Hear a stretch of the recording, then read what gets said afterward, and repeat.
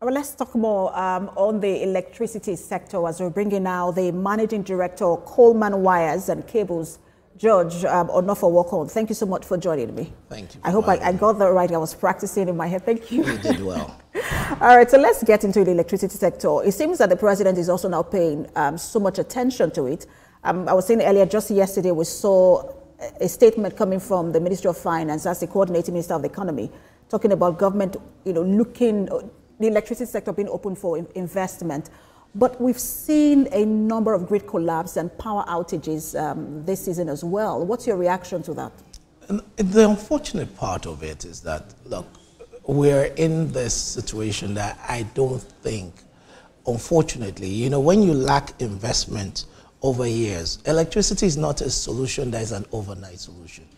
When you look at it, I feel sorry for the current government because they're inheriting what literally people did not look at or do the right things on over the last 2 decades.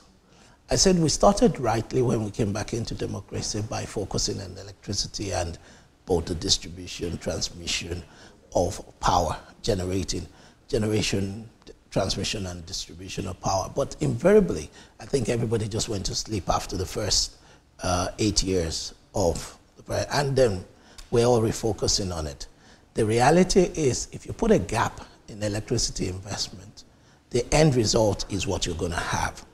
Grid collapse, insufficient power supply, imbalance. And I think the major part of it is the imbalance between what is generated, what is transmitted, and what is distributed.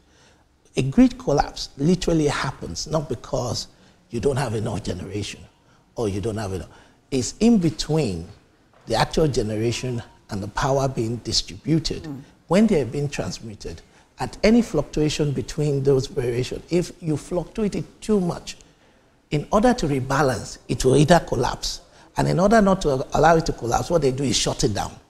So that's really what is happening. Sometimes the grid collapse is really a grid protection against total collapse. Now, and the unfortunate part is that until we get it right in between what we are generating and distributing, which literally is that transmission end that is creating the big problem. There's like a misalignment between what we have generated and distributed. When you speak, it will sound as though nothing has been done in the last 24 years or so, but we've had billions of dollars being allocated to the power sector, and we've seen investors. I mean, one of them, was it during the Buhari administration? An MOU was signed with a German company. Correct. And they're still in the country at the moment. Correct. But we haven't seen so much, in that regard. So is it investment or just doing the right thing, like you said, paying attention? Investment is one thing. Ideas of investment is one thing. The German 2 trillion agreement was a fantastic idea, and by the previous government. But unfortunately, implementation, the start off, unfortunately, when Kihari died, that whole process died